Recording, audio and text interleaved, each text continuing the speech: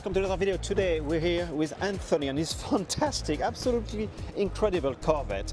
Is it the first time you're introducing the Corvette here at the SEMA show? That's correct. It is the first time this Vette Project Zero has been seen out in public.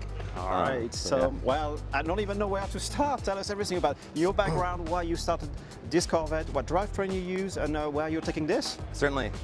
So maybe we could just first start off with kind of Project Zero, the 1958 Corvette, and how it evolved into, in this case, becoming an EV conversion.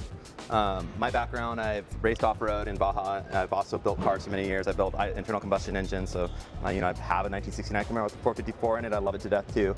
In this case, I wanted to really try to do something different, and that's kind of what we're seeing celebrated here. It's the art of the possible for what you can do. So as we walk around this car, you're going to see a lot of areas that in many cases you might say kind of like we're breaking glass here in many cases, but let's maybe start off with a few things to take a look at. The big thing that you probably want to know about is the electric motor that is in it, which is the ReVolt Systems motor. Okay, that is a lot to fit into this vehicle. It is a very, very small chassis. It is an Art Morrison chassis. You can get this chassis directly. It comes straight from Art Morrison. It's pretty simple, independent suspension. But my goal with building this was trying to take as many electrical components, but mating them to the existing components, in this case of the Corvette, that being the Art Morrison chassis, the existing body, and so on. So let's take a look real quick in here and show a few things off. So we've got the ReVolt Systems motor. It is tucked in about as far back as we can get it into the trans tunnel. The nice thing about this motor in particular is that it does mate to the existing driveline, so you are taking advantage of the original vehicle characteristics. We'll get to the vehicle weight in a minute, but a spoiler alert, it is heavier. This vehicle did originally weigh 2,850 pounds from the factory. I'll get to the full weight in a second because we're going to show off what is heavy. One of the items that is heavy is this big battery box up here, which houses all of our battery modules. We did a lot of custom treatments through here, and this was very intentional because in many cases we're not only creating a hot rod, but we're trying to celebrate the art and the speed that exists within this vehicle. So this particular piece right here also kind of follows what would look more like a cowl or something that you might see in like an existing kind of Corvette, right? So it really doesn't lose sight of what the car is. I think a lot of times people can put things on these cars and they can get gimmicky, and that's not the aim here. We really want a very clean piece of machinery that is high performance. Okay, other things that we did up here in the front also include some custom work here with the brakes. We mounted just tons and tons of equipment with our coolers for our motor, our batteries. We also did a lot of work trying to hide a lot of the components too. If you notice, really, you can only see just a couple of these high voltage lines running through here, right? And the rest for the BMS connecting to the AEM BMS right there. Again, there's a few other elements that we did there to make it really nice and convenient to maintain. We used some Deutsch connectors so you can just pop them on and off. So everything about this car was built with maintenance in mind. Okay. Did you build a car with the aim to produce more of them? Is it a one-off, or is it a system you will be offering on the market? No, it's a really good question. So part of the aim here is that to have a repeatable system that we can then lift and shift into any, in this case, Art Morrison chassis, or if it's a roadster shop, it has some similar layouts and components. So we can go ahead and just plug in the same components as they go. The nice thing is as battery tech evolves over time, these battery boxes will get smaller too, which is a blessing because you think about the weight that we've added to the vehicle. So I might as well get to the weight, since you probably want to know what that is. It's 3,850 pounds. So with an actual person in it, it gets up to about 4,000 pounds. You might be wondering, because let's take a quick look at the back here to show where the rest of the batteries actually are. So the weight distribution is actually improved. Yeah, quite a bit actually. Heavier. It is heavier. It does stick quite a bit more. So the original weight distribution on this car from the factory was about 52-53% front bias. And, we kind of flipped that around a little bit here. So we'd have a little bit more of a rear bias, which is nice because it will stick and it really just will hold when you just get on it. As you know, with an electric motor, it's going to burn the wheels through pretty quickly here. Speaking of which, I mean, you think about the motor itself and what it's putting out, the 450 kilowatts, which is about what, 600 horsepower? Easy, that's a lot to put to a rear end. And so an insane torque also. Correct, and it's a good thing that you're bringing up torque. So let's talk about that too. So we've partnered with Torque Trends, who provides a gear reduction box, which makes it really easy to, again, have this whole system work in line with the existing drivetrain itself. So real quick about these batteries, these are 2 Tesla modules hidden here. There's actually 6 here. You can't see them, but they're stacked top to bottom. You might be asking why use Tesla modules instead of using VDAs or others. It's a proven battery technology, and if you're converting cars or you want to just kind of get into it, as a very easy, accessible module to work with, both in terms of the boards that you can get and throw onto it, but also there's a lot of newer tech that's coming out that you can actually take advantage of the module just as is, which is pretty nice. And you're repurposing modules also. You're giving them a second life, so well, it's always a bonus. You get a second life with it. They're replaceable, so in the event that you need to maintain it, you can find them. They're proven, generally speaking. It's not that they don't have issues. I mean, a lot of these technologies they can and do and will have issues, but in general, it's a very proven system. I mean, you think about the ReVolt motor, what it's based off of too is a proven motor itself. So the idea here is in addition to just having high performance, but it's also reliability too. You think about where a lot of these cars start from, many of them you're using the internal combustion engine, you're kind of wondering, it's been sitting around for 2 weeks, is it going to start? Or even if the so 12-volt battery is still charged. Yeah. Yeah, well, I guess that's another great thing about having a high voltage battery pack hooked up to a DC to DC converter. You always have the ability to charge your battery anytime you need. So going back to the drivetrain, how do you put the power down? Do you have a custom differential and an axle? Tell us more about the suspension also. Yeah, so let's talk really quickly about the suspension. So Art Morrison has been designing chassis for any number of years, as have others like Roadster Shop and so on. Now we can take a look, see if we can get a better angle of some of the suspension components here. It's a fully independent suspension, straight from Art Morrison. You can buy this chassis. I don't want to quote the necessary exact cost, but say it's 20 to 30 grand depending on like what kind of setup you're going to do with it. Again, the nice thing about that, the benefit of that is that we're able to put stronger springs on the vehicle itself. So in addition to improving the ride quality, you can also mitigate the load that you're adding to the vehicle when you're adding the additional weight, right? So we were able to not only adjust the ride height, but also you just really handle all the additional weight that we threw out the vehicle itself. And so this Art Morrison chassis, does it work for this generation Corvette, or is it the same that you can then transfer to different bodies? That's exactly it. That's a very good question, and you probably picked up on that pretty quickly. It's their GT-based chassis, so it will work across a lot of different chassis. So the nice thing about this is that you can take across generations of Corvettes or with similar-ish layouts, and you can, Corvette, you can actually target going after a Mustang, a Camaro, and so on and so forth. So it makes it very repurposable. And if you think about how small this car is, we have a full 85 kilowatt-hour pack shoved in here. Wow, okay. So that's a lot. So we've got full range. That's the other problem that a lot of people, kind of get hung on. Is like, well, I can't get much range. I'm going to go like 100 miles, and what am I going to do with that? Well, now you can drive as far as you want, roughly about as far as a Tesla's going to go. In fact, we'll have to put some testing to it, but a Tesla Model S weighs about 4,000 pounds, or actually a little more than that, 4,800 pounds. It's almost 1,000 pounds lighter. So be a little bit faster, maybe have some weight benefit too. Interesting, as you say, to test them, and also charging both at the same time. Exactly. And discharging them. How do you recharge it? Did you use an AX system? Do you have a rapid charging option? No. So let's maybe talk about the rest of the electrical components, Yep. so you understand what systems we went with here. So we chose to go with, in this case, AEM all the way through for our whole system. So we have our AEM CCU, which is mounted under here. You can't really see it, but let me close this door here. You can see this. There's a belly pan here, this panel, so everything's mounted up under here. Okay. So on both these sides, we've tucked away some of the components. I do want to mention, this is also a good point to mention in terms of as you're planning out your builds. When you're thinking through where and how you want to run your high voltage lines, it might dictate where you're going to place some of these components. Okay. So Yep. think about that. If you're placing your charger here, or charger port, you may want to drop down to the DC to DC and then keep chasing that line all the way Yep. to any battery packs or motors and so on. Similarly, if you have a contactor box, in this case it actually has a ReVolt Systems contactor box, which is a very nice little tight house component. It's kind of hard to see because unfortunately we did tuck it away, but it's a very shiny thing hidden behind that battery. It's really pretty, but we can only make room to show off so much stuff in here. Let's go back here real quick and I'll show you the rest of the pieces. So we did tuck away the AEM 275 ECU, which is hidden back in there. I actually don't have a light on here. We put the AEM dash back here. Part of that was because I still want something for diagnostics to be able to take a look at what's going on just really quickly without hooking up to it. Okay. But also wanted to still, again, back to the original aesthetics of the vehicle, in this case use a Dakota Digital dash cluster. So the AEM system itself, AEM has had an array of offerings for many years. It is, yet again, another proven technology, but like many, also evolving. Mm-hmm. It's not, I won't say you're going to plug it in and just program it and get off and running overnight. Okay.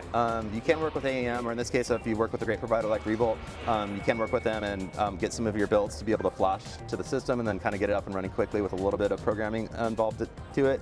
But again, don't plan on just turning it, getting it home like a laptop or something like that, and you're going to power it up and you're just oh, we're good to go. Which is a good point also. I know you have a background in automotive, but how did you learn everything you had to learn to build this car? That's a really good question. So in addition to my background in automotive, I've also spent about 20 years or so in electrical and computer engineering, working at any number of different companies like Amazon, Microsoft, and so forth. at those worked on hardware devices like Fire TV, built and launched an Azure product, so again, cloud software. So the idea of working in and around software and computers is not foreign to me. Okay. So it's really kind of the blend of all of that, and it brings a lot of this together. Okay. Did you do any training, especially with working on high voltage systems? It says it all. You'll laugh. It's all. Sorry to laugh, but yeah, I think so let's talk about training for a minute. I did do training with Legacy EV, so that was they put together a really good course. I think I was in one of their earlier classes, class 1 or 2 or something like that. They've evolved their offerings over the years, but it is a great program to go through, and I would strongly recommend anybody getting into this to go through something like that. Even if you have a background in technology, a background in automotive, a background in even electrical, it's just a different beast that you're playing with here. And I don't mean to use the word playing, but like, it is electricity, so you want to be safe with this. And you only have one chance at making a mistake with high voltage. So. Yeah, with high voltage, you do typically have one chance, but that maybe we could talk about some ways that you can actually mitigate that. So Tesla does this smartly with their modules themselves by just containing the amount of voltage, to a nominal amount within each module itself. When you design your battery packs, you can put 2 or 4 or 6 together and kind of keep the overall voltage of the pack lower. Okay. There are things that I did on some of these packs. It's hard. I'm not going to pop this panel out because it's hard to see, but let me show you on the front one to show you some safety things to consider. So there's a few things that allow this box to be safely handled. This Rincon, I can lock it out, which is nice. I want to point out a couple ways that you can solve this problem. You can either add this Rincon switch here. You can also add, you've seen some people just add some main service disconnects from Amphenol. There are some different amp ratings on those. Do look into those because some of them may or may not be able to handle the load that you're going to be throwing through your system. This one in particular also has a high voltage interlock loop, another safety feature that we designed into this pack, so that in the event that, again, any of those that we break, then we kind of effectively can kind of save the system pretty quickly, which is important, right? Because it may not always be me working on this, there may be somebody else working on this, and I want to put as many components in to make that as safe as possible. Documentation's key. I've documented and tested every single cell, and not cell, but cell group on this to the T, and test and test and test again. And I think the reason why I want to mention why that's important is because, again, these are big, heavy boxes, and once you get them in, it's really hard to get your testing unit in there and perform the analysis that you may need to do should you find that you ran into an issue on the box itself. There's other things that are built on this box. Down here, there's a little vent. You can add that in. I would recommend it. Some boxes themselves also may naturally vent. This box in it is sealed because it's in the front of the vehicle. Any boxes that are going to be exposed to water, I highly recommend sealing. There's an array of ways that you can do it. You can use gasket maker, and just don't quote me on it, but there's a lot of different ways that you can do it, and companies that have been doing it like that for a while.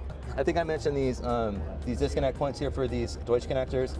This is nice to have because, again, I can take and just pull everything off. So a lot of these EV builds sometimes that you see, they will run their cell tap lines directly out of the box, and it's always just chased into the box, so they can't really isolate or do much of anything maintenance-wise should they need to. Yeah. You might want to understand too, though, it does create a few hundred more crimps that you're going to have to do. So find a meditative moment, play something, and that's the price to pay if you want to bring your system to OEM levels and to be easily serviceable. So, yeah. I mean, I'd say this is definitely, I haven't worked at Tesla or those companies, but these are Autosport connectors, so this is even past what you would get from an OEM. Okay. I mean, these are very expensive to put on your vehicles. You don't have to. There are cheaper connectors you can put on a vehicle. I would recommend looking into the waterproof rating on any of them as you're putting them in, and just have these considerations in mind as you're building it. It's a key point you bring, because I think the whole industry needs to raise the level up, not only in the US but internationally, and bringing, again, aiming for OEM or T1 supplier level is where the industry needs to be if it wants to grow and bring new customers. And it does help. I mean, I should mention that I do have a few friends that worked at Tesla and other automotive companies that I was able to work with along the way to validate these things. Anything from just how are you going to go ahead and just vacuum test the motor itself to the actual battery packs themselves and so on. There's a handful of ways you can approach building this vehicle. Leverage friends, family, and networks like nobody's business. In my case, I reached out to friends at Tesla, Ford, and elsewhere to work through some of these problems. And in many cases, you're solving some things for the first time at Applied, but the problem itself hasn't been solved for the first time. So it is important to go ahead and just pay the respect to the elders that have done what they've done, and then learn from it and apply it here. If you were curious about something like that, I was speaking with a friend at Audi, and that's where I started designing the high voltage interlock loop and other safety components, and just to really make it better for a technician when they're working on the vehicle. Because that is one of the biggest challenges when you think about a lot of these EVs. But you hand it over to some other shop, how are they going to figure out how to maintain it? And quite frankly, it's not a problem of just EVs. It's a problem of an internal combustion engine too. Exactly. Anybody who's trying to chase a wiring harness, it doesn't matter, right? Now let's talk about maybe some little like finishing touches, because I do think when you really want to make a build that can go to the next level, this is where, when working, this build in particular, we work with ABS Motorsports down in Oceanside, California. There's ways to approach your build. You can try to learn to do everything at once, which is almost impossible. And it's going to take forever. Right. You can try to be good at one or two things, which I highly recommend, and partner with the best. That's what we choose to do at Bolt & Steel. So in this case, we partnered with ABS Motorsports, also ReVolt Systems with the motor, and also Buckwired. You may also follow Buckwired. You know, Will Buckwired is really a rad guy. So again, when it comes to partnering with people, there's a lot of people in this industry. Just be humble, approach them, ask them questions, and anybody's going to be willing to help each other, at least if they're cool.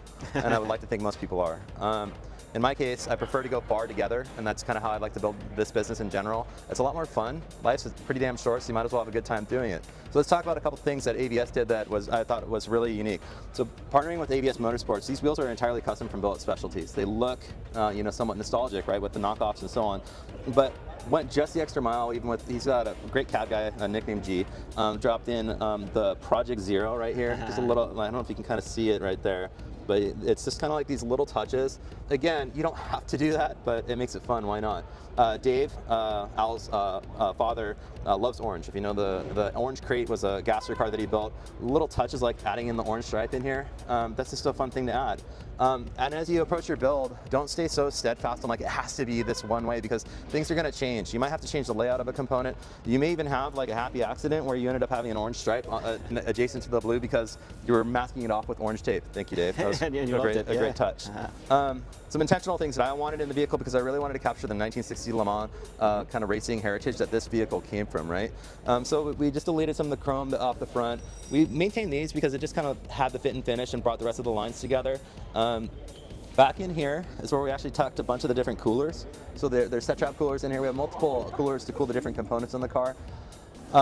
That's another consideration point as you're designing your cooling, not only for the battery packs, you need to consider your cooling loops for the motor and so on and so forth. And it's a lot of plumbing to actually cram under the car. A pro tip for that, in this case, the Art Morrison chassis has exhaust ports that run through the chassis itself. That's kind of the way this vehicle was somewhat designed, but leverage those exhaust ports. They're a really friendly place to put things into, so that's what we did. We shoved as many cooling lines through those exhaust ports as we could. Also the same thing for the high voltage lines as well. Some things I did, additional things for safety that I don't see in a lot of EV conversions, but I would highly recommend doing. I found this product by TechFlex called Battle Wrap or Battle Braid. It's actually here somewhere at SEMA. You should check it out. But it is wrapped around all of these different high voltage lines right here. It's a very durable outer sheathing that you can put on your high voltage cabling. Okay. OEMs do similar things like that, whether it be for like heat shielding and so on. Again, this car may not be like driving off-roading with rocks, but in the unlikely event something does come up, or maybe you drive over a piece of metal, or you don't really want to fray that. That will help protect you from that. Don't quote me on it, don't quote Battle Braid, but just look into the product. It's a pretty neat component.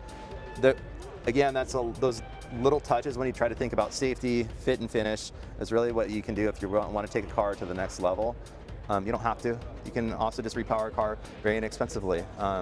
We like to build high-performance machines that really celebrate not only the automotive racing heritage, but the future forward look on where vehicles are going themselves. And just take advantage of all available technology, because why not? Because you can.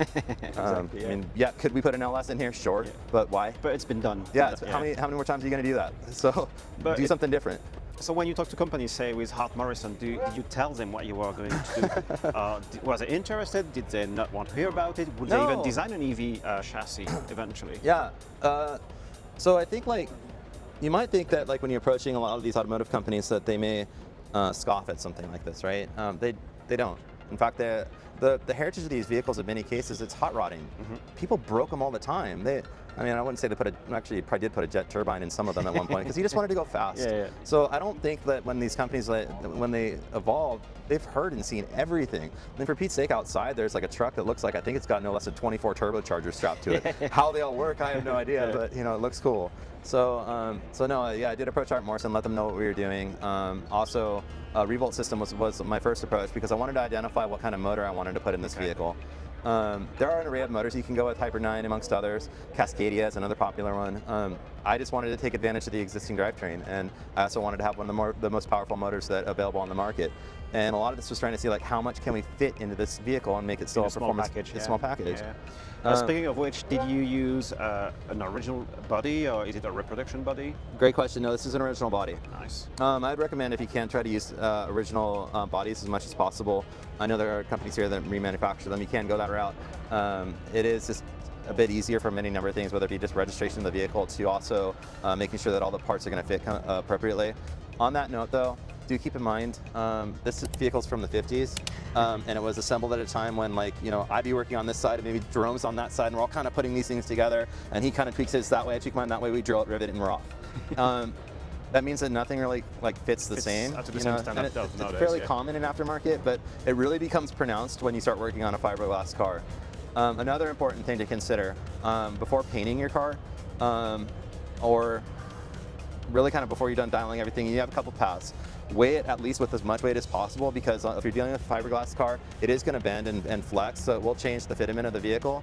That, quite frankly, will happen to most any vehicle, but especially one where the fiberglass, because the body itself traditionally adds some rigidity to the actual vehicle itself. You plan on changes, like I said, along the way. I could point out changes, but you can ask me questions maybe online, and I'm happy to talk those out, but I'll keep some of those to myself. But there's, again, here's another fun little fit thing. This, originally from Corvette, was not as flush. Like, if you start to look at a lot of the 50s Corvettes, this one we actually had to kind of bend down and make it a little bit flush. You don't have to do that, but it's just like one of those little perfection things. I mean, Al, if you ever get a chance to talk to him or meet him at ABS, he's an artist and he's a perfectionist, and that's kind of how he approached some of these pieces when he's doing some of the final fit and finish on the fabrication. One aspect of the build we haven't covered is the whole interior. Yeah, let's go take a look at that. So this interior here is by Ron Mangus. He's located out in Yucaipa. Most hot rod builders know him. He's been around forever, and does some, hands down, the most beautiful interior work that you can imagine. A lot of his builds, most all of them have these components where you can just kind of pop them off easily, and there's a reason for that you need it in this car in particular, and amongst others, is because you want to get to any of the wiring harnesses if you need to maintain or make changes, or if you just kind of need to get, in this case, there is a battery box tucked back here, so this whole seat actually does pop off, so I can get to this battery box as well. This is where the other 4 modules were hidden, if you were curious. Like, I've already counted out 4 in the front, 6 in the back, 2 in the back, and well, there's 4 more right here. This is an entirely custom console. This glove box was shortened a little bit, and we carried the lines all the way through the vehicle just to kind of have some fun with it. Ron worked pretty hard trying to figure out some of the aesthetics to really carry in these components. Originally, we talked about possibly like a white stripe and so on and so forth, and we ended up just landing with this really clean little orange stripe. It is suede, you can feel it if you want. We also carried the orange stripe right up here, the Sparco wheel. Bit of a debate on whether or not to put that on there. My preference is, again, bringing in the race heritage into it a little, at least enough, just touches, and that's where you got some of these components like that, or this roll cage, which, by the way, is completely functional. It's not just for looks. And so on. Leather wrapped all the way around the inside. We've got some Morel speakers. They're very tight and small. We've got our vintage AC, which is right there. Yep, you got that. So there's some more. It's a fully functioning, complete car. Quite frankly, a lot more complete than when the car was originally made. We did put in power windows in here.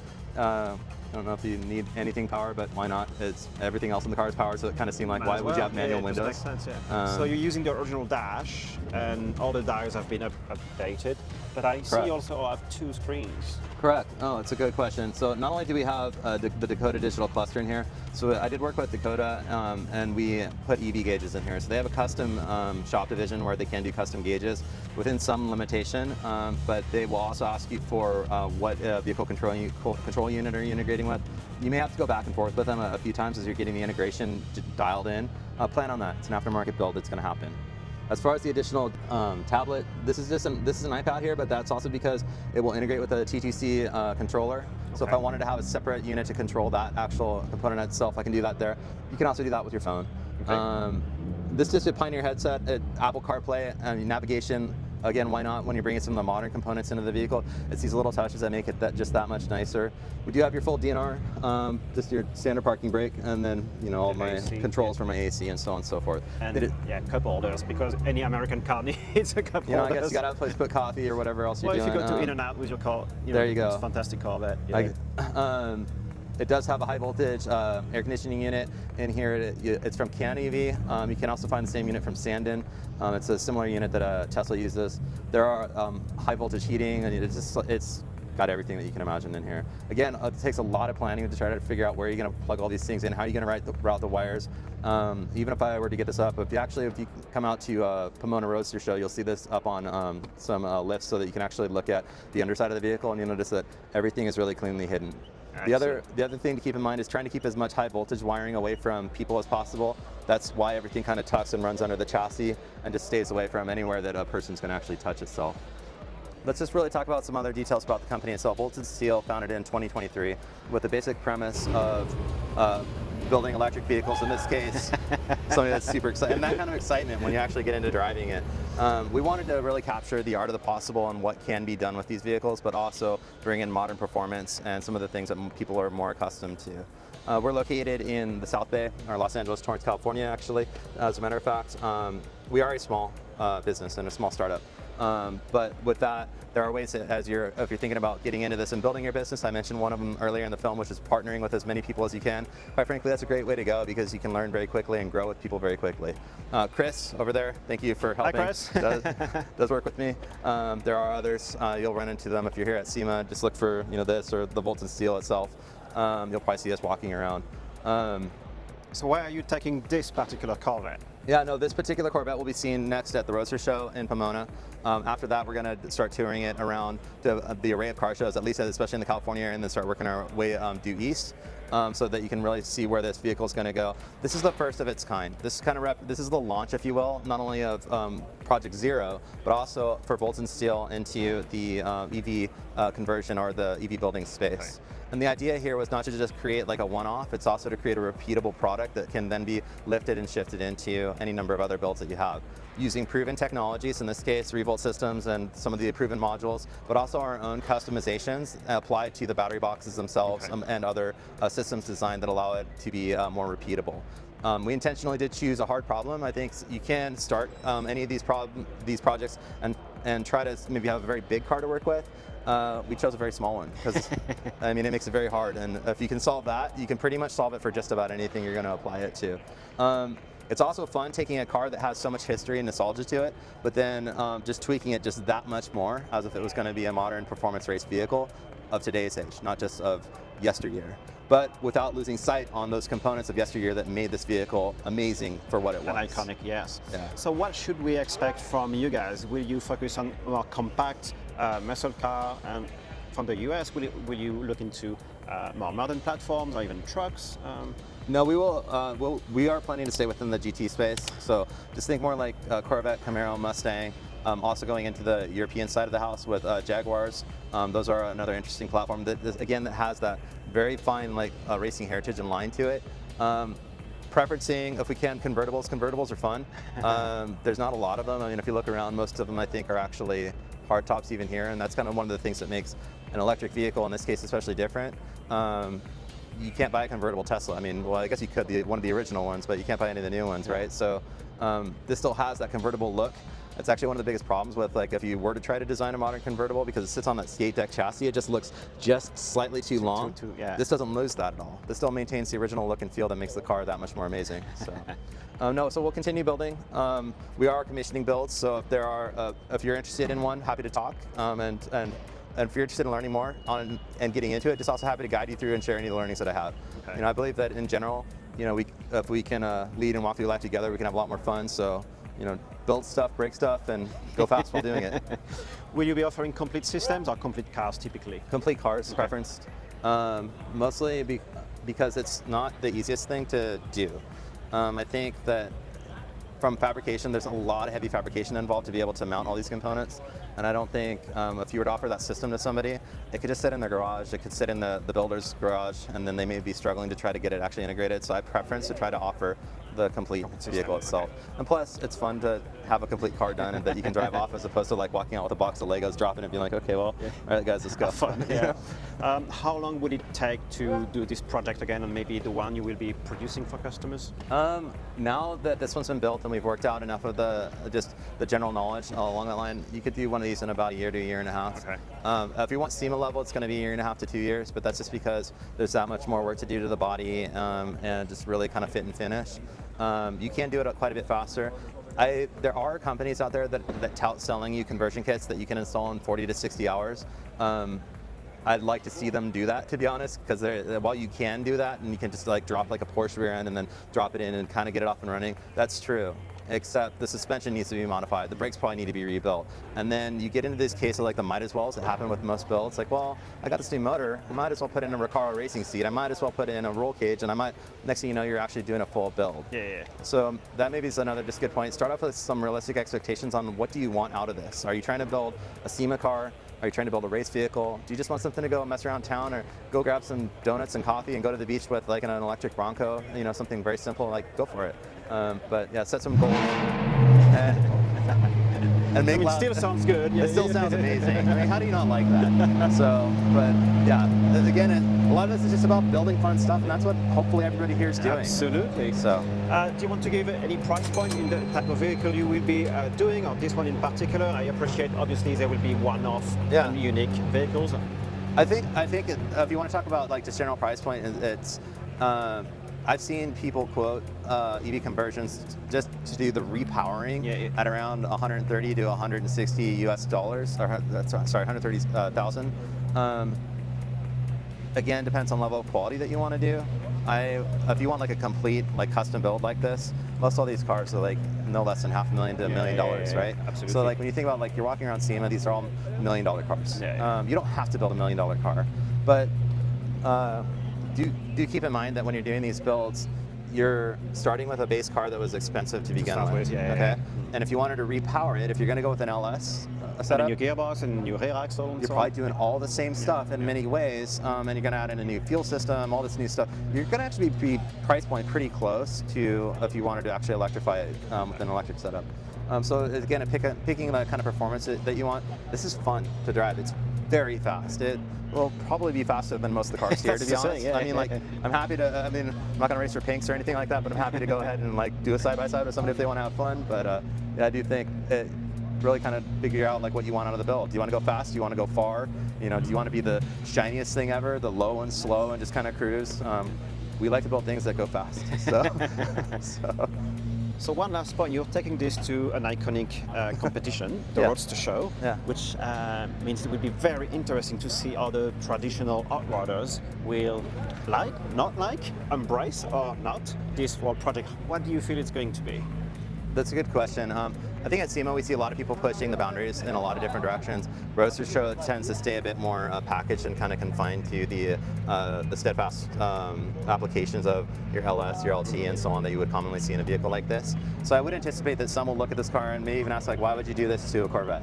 You know, and so forth. Well, for the same reason you would put a V8 in a 32 Ford. Well, and in having that conversation with some others that did take a look at this, there are always going to be mixed opinions. I think there's going to be people that are going to scoff at electric, which is until they try it. Until they try it, or also just understand that even many of the original vehicles were electric, and it's fast, and because you can, and I don't know if anybody else, like when they look back at even the history of the Corvette, understand that this vehicle itself was like a test bed in many cases for Chevy.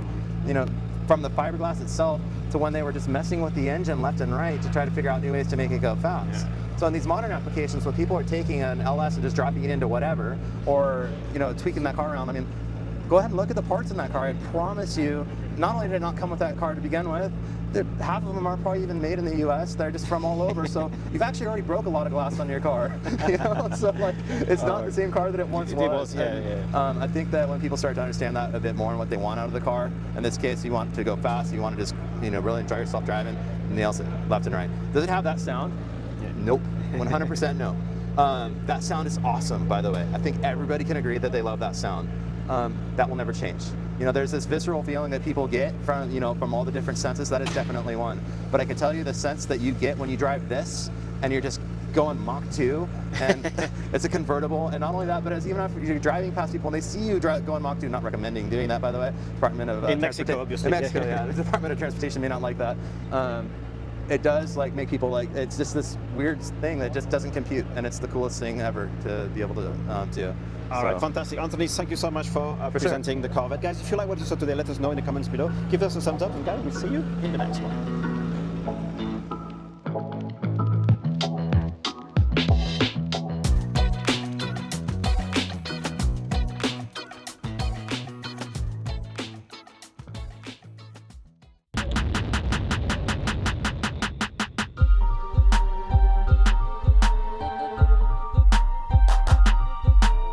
Would you believe me if I told you you can do a radical change to your car in less time it takes to supercharge your Tesla? Let's check it out.